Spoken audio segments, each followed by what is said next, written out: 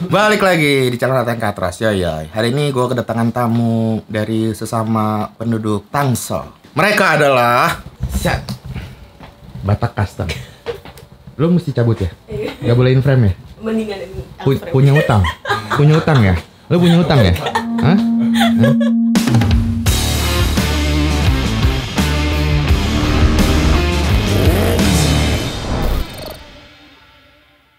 Ya oke, jadi kemarin gue tuh lagi ke Imos ya. Dan di Imos itu ada area namanya Imos Peak World ya. Betul. Nah di Peak World itu banyak motor-motor custom. Dan di sana gue sempat nge-review salah satu motor kontestan juga, basicnya dari Honda PCX 160 yang ini.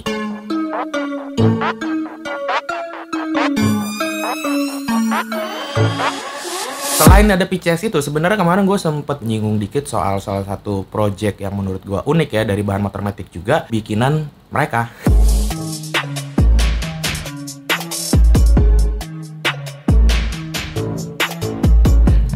Nah, jadi sekarang gue mau nge-review dulu motor lo. Dari apa yang terlihat dari luar gitu ya. Nanti setelah itu gue bakal bahas lebih dalam lagi sama mereka. Tapi sementara itu ya udah, langsung aja kita lihat dulu motornya. 1, 2, 3, jump!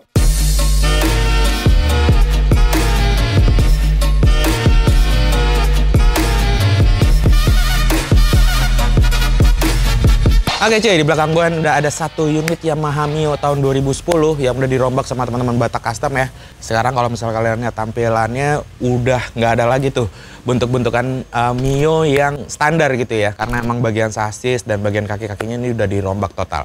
Kita lihat dari bagian kaki-kakinya dulu. Ya untuk urusan kaki-kaki di motor ini untuk bagian depannya ya, ini juga udah mengalami perombakan, dimana untuk bagian velg depannya ini menggunakan velg aftermarket dari Scarlett, bahannya aluminium, ukurannya ini 140, dan untuk bannya sendiri menggunakan ban Maxxis dengan ukuran 90/80 ring 14. Lalu kalau untuk urusan suspensi, aslinya kan suspensinya Mio tuh cuman pendek gitu ya, ala-ala motor matic gitu. Ini udah diganti dengan suspensi yang lebih panjang, atau istilahnya itu ayam jago gitu ya, dengan suspensi bawaan CBR 2,5 yang lama atau yang 1 silinder. Sedangkan untuk yang bagian belakang, untuk velgnya sendiri menggunakan velg aftermarket sama seperti yang depan, cuman lebarnya ini 160 dengan ban ukuran 100/80. Shockbreaker ya ini menggunakan produk aftermarket YSS.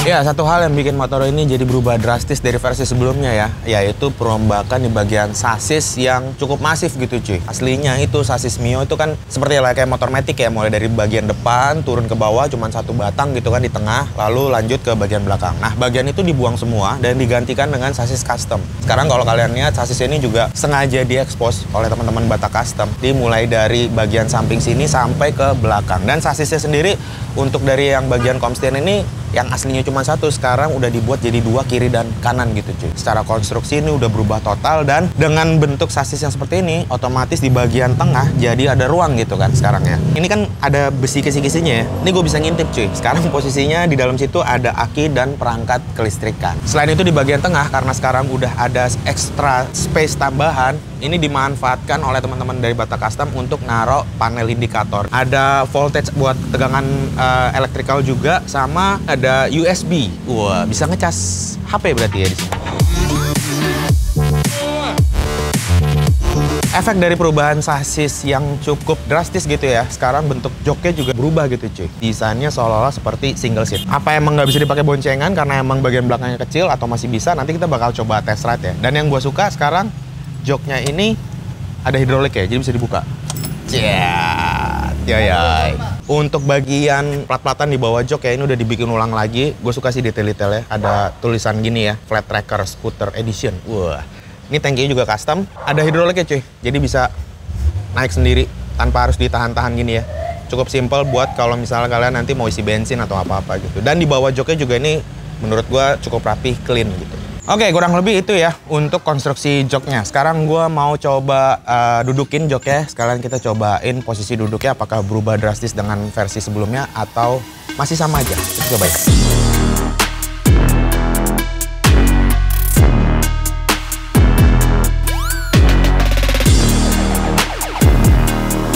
Yes.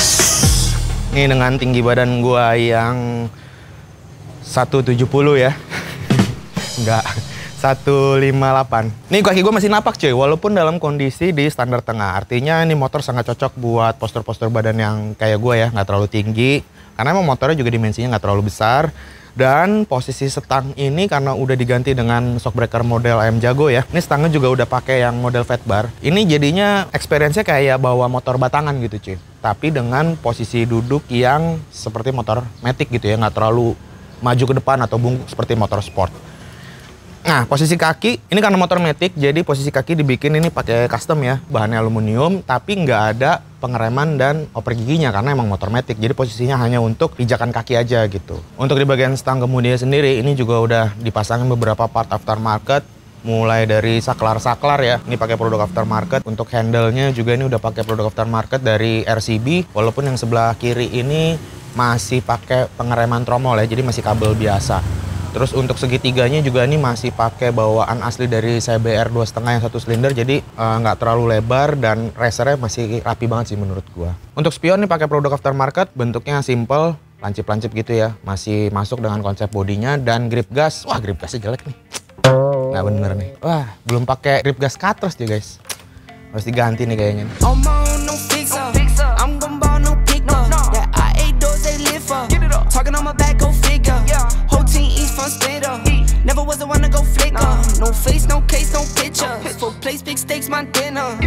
Selanjutnya untuk urusan lampu-lampu nih cuy ya, walaupun secara kasat mata motor ini kelihatan naked banget gitu ya, tapi motor ini lampu-lampunya terbilang cukup lengkap. Pertama untuk lampu depan ini dibekali dengan lampu LED, posisinya ada di bawah segitiga bagian bawah. Dan untuk lampu jauhnya ini pakai produk aftermarket, dia posisinya ada di bagian samping, pakai merek GR Yaris. Enggak dong, pakai merek GR. Ini yang unik dari lampu tembaknya, jadi dia bisa dicopot pasang gitu cuy untuk lensanya atau mikanya cie. Jadi kalau misalnya dipasang, ini mikanya jadi warna kuning ya, bisa menembus cahaya di kabut. Tapi kalau misalnya dicopot dia jadi warna putih aja biasa sih ya. Dan lampu sen yang gue suka cuy, ini lampu sen LED tipis banget ya, kelihatan clean banget. Posisinya ada di samping tameng depan. Sedangkan untuk yang belakang, lampu stop atau lampu remnya pakai produk aftermarket, modelnya 2 biji gitu. Dan lampu sennya ini dibikin kecil, ngumpet ada di bagian kolong spakbor.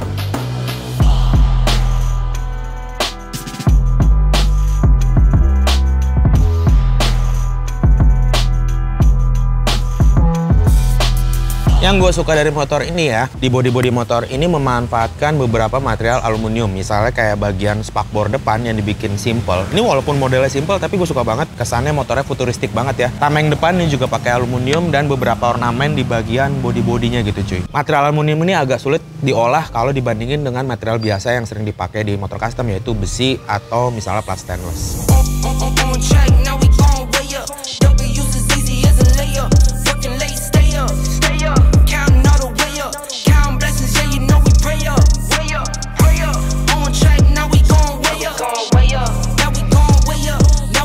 Ya terakhir di sektor belakang, ini juga gue lihat ada beberapa perubahannya. Mulai dari bagian, apa istilahnya, adaptor atau arm roda belakang yang dibikin juga nih custom. Mungkin bisa menambah kesan kekar dari sisi sebelah kanan nih gitu. Karena kalau misalnya nggak ada ini jadi kelihatan kayak kopong banget gitu ya. Dan yang namanya motor custom, nggak terlepas dengan yang namanya knalpot custom juga cuy. Rapi banget dibikinnya, clean banget, pakai bahan stainless ya. Mulai dari bagian pipanya sampai ke bagian silencernya juga. Dan ujungnya tipnya ini gokil sih. Dia pakai bahan aluminium jadi kelihatannya rapi banget. Di sini ada plat embosnya atau plat emblemnya BTK STM.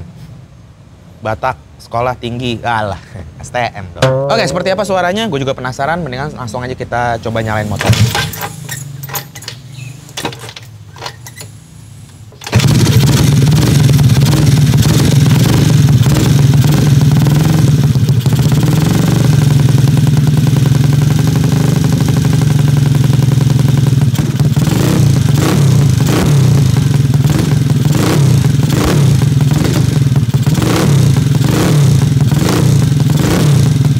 Ya, untuk suara knalpotnya agak kencang, tapi gue masih suka sih karena nggak terlalu sember ya. Jadi suaranya tuh agak-agak sopan lah. Nah, agak kencang itu karena memang bagian mesinnya ini udah nggak standar lagi cuy. Bagian karbu udah diganti pakai karbu gede juga. Terus kayaknya nih motor udah dibor up ya, karena dari bukaan awalnya dia agak-agak basah gitu settingannya cuy. Jadi selain tampilannya yang oke, performanya juga harusnya oke gitu nih motor. Nah, nanti gue bakal test ride motor ini. Tapi sebelum itu gue mau ngobrol dulu nih sama buildernya tentang alasan mengapa mereka ngerubah Yamaha Mio jadi seperti ini dan kira-kira berapa budget yang dihabisin kalau misalnya teman-teman mau ngebikin project serupa seperti ini juga. Nah, penasaran? Langsung aja kita ngobrol sama mereka. Yeah, I got skills, do it for the thrill. I'm on a paper route. Extra, extra, read about it. I'm today's trying to top it. I put commas over bullshit. Yeah, I put that on mamas. They trying to block all my blessings. They thought I lost a stepping. I bet on me and my team. ISO is what I'm rapping. Put on for the whole city. Oke cuy, sekarang gue udah bersama Batak Custom. Yang ini Batak, yang itu Custom. Nama dulu ya. Ya. Halo, gua Abraham dari Batak Custom Workshop. Gua Asrul Harahap dari Batak Custom. Oke, langsung aja nih ya. Gua mau nanya soal Mio. Ini kan garapan kalian nih. Ya. Kenapa kepikiran Yamaha Mio untuk dijadiin project custom kali ini? Kenapa nggak Scoopy? Kenapa nggak NMAX? Kenapa nggak XMAX? Lebih ke sebenarnya adanya Mio. Oh, adanya Mio. Ini bukan motor customer ya? Bukan, motor pribadi bengkel. Sebenarnya konsepnya tuh dari apa ya? Gue pertama kali ngelihatnya yang RSD, IMAX-nya RSD, Smoke Garage, Katros, ya kan, jadi kayak kok gua? Iya, yang NMAX. Oh iya, yang NMAX. Ya, nah, ya. Terus kayak bikin kayak gitu lucu kali ya, karena ada motor Mio bengkel nganggur. Jadi kayak ya udah kita custom kayak gitu aja kali, tapi kita bikin rangka baru semuanya, terus modelnya agak dibedain dikit lah gitu. Lo ada kesulitan nggak sih saat bangun motor ini? Sebenarnya dibilang sulit, cuman nggak terasa Sateng. Jadi karena ini motor kan kita tumpahin idealis ke sini gitu kan. Biasanya kan ngerjain motor customer tuh ada request yang kita harus ikutin gitu kan. Nah, karena ini motor pribadi bengkel, jadi ya udah kita senang bikinnya gitu. Idealisnya tertumpahkan semua di motor di sini. ini. Yang lamanya ya pasti bikin sasisnya. Ini sasis pakai apa sih lo? Ini kan 1 inci. Terus yang kecil-kecil? Kalau yang kecil-kecil pakai 78. Ini body warnanya silver, bodinya semua aluminium atau perpaduan apa gimana sih? Perpaduan Mas Ateng. Jadi beberapa bodinya ada yang aluminium 3 mili, beberapa pasti pakai plat galvanis. Kalau misalkan masalah budget, sebenarnya bisa dibilang range-nya start from 30 jutaan. 30 jutaan. Itu sudah sama motornya gitu ya, dengan konsep seperti ini. Tapi belum tentu partnya sama, masih ada yang pertahankan standar lah. Tapi kalau misalnya mau di-upgrade bisa tapi banget. Nambah lagi. Betul. Gitu. Itu kayak apa? Pengereman ya? Sektor-sektor pengereman, shock breaker, kayak gitu-gitu sih. Shock breaker gimana caranya kalau nggak diganti? Shock breaker depan? Belakang.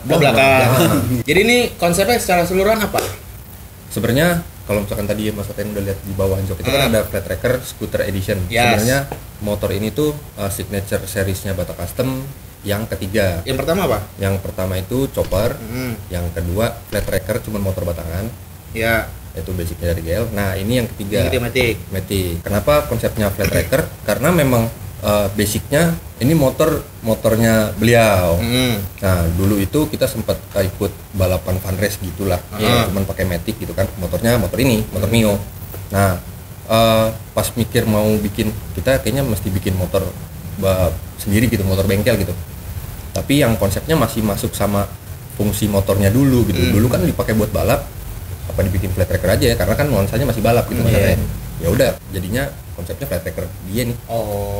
Gitu. Jadi ini ya intinya secara keseluruhan masuk genrenya nih flat tracker. Betul. Menarik. Dimensinya juga nggak terlalu besar, jadi kalau misalnya buat harian tuh masih enak ya. Maksudnya bukan harian, maksudnya buat dipakai di perkotaan. Betul. Kayak gitu-gitu. Karena tadi gue juga sempat ngerasain duduk di motornya nggak terlalu tinggi tuh. Pas lah buat badan-badan gue yang 180, 190 kayak gitu. Ya udah, buat teman-teman mungkin yang pengen nanya-nanya lebih dalam lagi seputar motor ini, atau kalian tertarik sama model signature-nya Batak Custom ini, kalian bisa langsung WhatsApp aja ke nomor yang di deskripsi ya. Betul. Buat taruh di deskripsi. Kalian mau kepoin dulu Instagramnya, ada Instagramnya di Batak Custom _workshop. Oke. Thank you ya bro. Sama-sama Mas Ateng. Terima kasih juga Mas Ateng udah dikasih grip Katros ya. Oh iya, itu dia tuh. Mana tadi gripnya? Wah, itu plastik ngambilin. Wah lupa gua. Ini loh. Tujuannya gua bikin video kali ini tuh ini sebenarnya. Ini punchline sebenarnya. Jadi tadi gua review ya, kan gua agak kecewa sebenarnya. Grip gasnya dia pakai. Emang lu kenal sama yang punya grip gas? Enggak kan? Kalau udah ada yang kenal ngapain pakai yang nggak kenal gitu loh. Nih gua kasih ya. Grip gas Kinetic warna hitam, Kinetic juga warna biru dari request tadi, sama grip gas Rebird grip sebenarnya dari Katros. Nih 3 gua kasih. Nggak harus dipakai 3-tiganya karena kan stangnya cuma kiri kanan ya. Oke? Nih, Ya. pakai ini ya. Thank you, Mas. Sekarang ganti. Lah, kenapa? Kunci-kunci ada di sini. Oh iya. Oli juga ada, Bisa. motul. Mau apa? Butuh Ini apa kasih lagi? juga. Mau. Yang mana? Yang ini? Mau. Shine and go. Bawa aja sekalian ya. Ya udah, thank you ya. Sama-sama, Bro, Mas Ateng. jangan kapok main Thank kesini. you, thank you, Ya, Bang. nanti Thank you, Mas. untuk next projectnya gue main kesana deh. Oke. Ya, Boleh. dikasih grip gasan gue sana. Gue pengen test ride motor ini, bisa nggak? Bisa banget. Bisa ya? Ya udah, jadi sekarang ini motor gue turunin. Sekalian gue mau coba muter-muter sini, kita lihat nih kira-kira looks-nya bakal jadi seperti apa. Langsung kita test ride. Still scared to be alone, but getting cooler when I speak. This shit'll break a fucking piece of me, but fuck it, I delete it. Preaching freedom and bereavement, being scared, but fucking keeping me. Speaking to the people, taking pictures of the broken me. Overculture, notions broken, false and hoping, hopeless, croaking, overdose, but only fucking holding on to homies. Slowly broken over, open, closing hoaxes, I'm the leader. Freud up in this bitch, man, you could suck a peanut. Oke cuy, secara overall menyenangkan sekali ya ngelihat sebuah motor Matic di custom gitu ya. Karena seperti kita tahu kalau motor Matic itu biasanya sangat sedikit referensi yang oke untuk dijadikan motor custom gitu. Nah mungkin masukan terakhir buat teman-teman dari Bata Custom, secara overall motor ini udah oke, cuman kalau dari selera gue pribadi ya alangkah lebih oke-nya kalau bannya dibikin sedikit lebih besar lagi gitu cuy, lebih lebar lagi. Menurut gue itu bakal lebih maco lah gitu ya, lebih gahar gitu. Tapi gue nggak tahu, mungkin mereka punya perhitungan sendiri apakah menyangkut handling dan lain-lain. Oke, gue rasa udah cukup untuk episode kali ini. Kalau kalian punya pertanyaan seputar motor ini silahkan tulis di kolom komen dan share video ini kalau kalian suka ke teman-teman kalian. Jangan lupa juga follow Instagram personal gue di @ateng_andiakbar. Instagram bengkel gue di @katrosgarage dan Instagram bengkel gue yang satunya lagi di @customkit. Jangan lupa subscribe juga supaya gue tetap semangat bahas atau bikin video soal motor custom. Sementara ini videonya langsung aja gue tutup. Seperti biasa gue Ateng cabut.